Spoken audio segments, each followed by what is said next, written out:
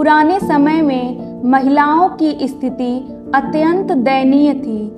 महिलाओं को पुरुषों की सेवा करने तक ही सीमित माना जाता था तथा उन्हें निम्न दृष्टि से देखा जाता था। उस समय में लोग जादू टोना, तांत्रिक क्रियाओं और अंधविश्वासों पर अधिक विश्वास करते थे। इसी समय इटली के फ्लोरेंस शहर में 12 मई 1820 को फ्लोरेंस नाइटिंगेल का जन्म हुआ। वे एक समृद्ध एवं शिक्षित परिवार से संबंध रखती थीं।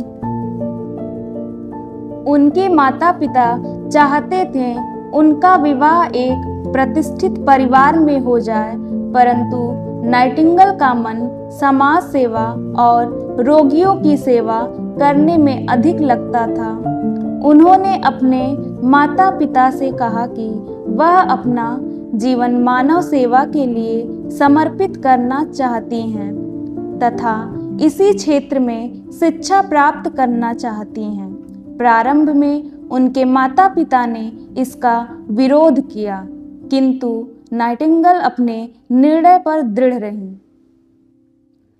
अंततः परिवार की सहमति मिलने के बाद वर्ष 1844 में वे जर्मनी के लूथरन अस्पताल में नर्सिंग प्रशिक्षण हेतु गईं।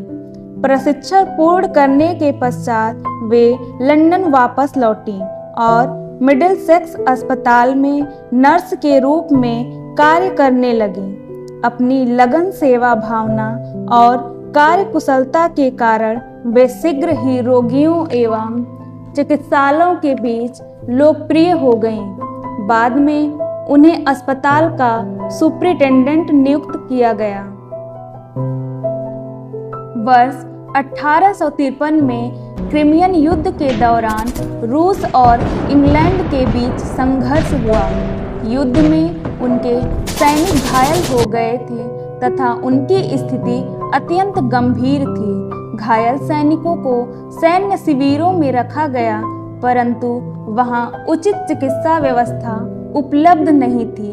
यह देखकर ब्रिटिश सरकार ने फ्लोरेंस नाइटिंगेल को घायल सैनिकों की सेवा के लिए आमंत्रित किया।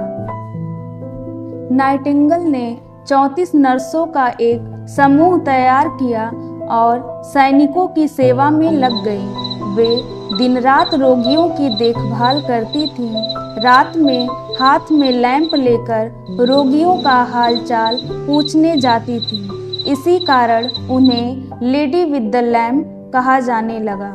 उन्होंने अस्पतालों में स्वच्छता, उचित भोजन, साफ पानी और बेहतर चिकित्सा स्वास्थ्य पर विशेष ध्यान दिया।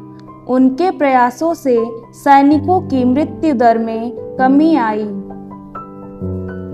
जब वे लंदन वापस आईं, तब क्वीन ऑफ इंग्लैंड ने उनको उनके कार्य के लिए सम्मानित किया और बाद में उन्हें नाइटिंगेल ज्वेल्स के नाम से जाना गया और उनको $2,50,000 की धनराशि उपहार दी गई। 1860 में उन्होंने सेंट थॉमस अस्पताल की स्थापना की। फिर उन्होंने नर्सिंग ट्रेनिंग के लिए नाइटिंगेल ट्रेनिंग स्कूल की भी स्थापना की। बाद में उनको समाज से बहुत प्रेम मिला, जिससे महिलाओं को उन्होंने प्रेरणा दी, जिससे बहुत सारी महिलाओं ने नर्सिंग स्कूल में दाखिला लिया और बढ़ते समय के साथ महिलाओं के साथ पुरुषों ने भी नर्सिंग में महत्वपूर्ण भूमिका निभाई। उनके योगदान के कारण आज भी उन्हें आधुनिक नर्सिंग की जननी कहा जाता है।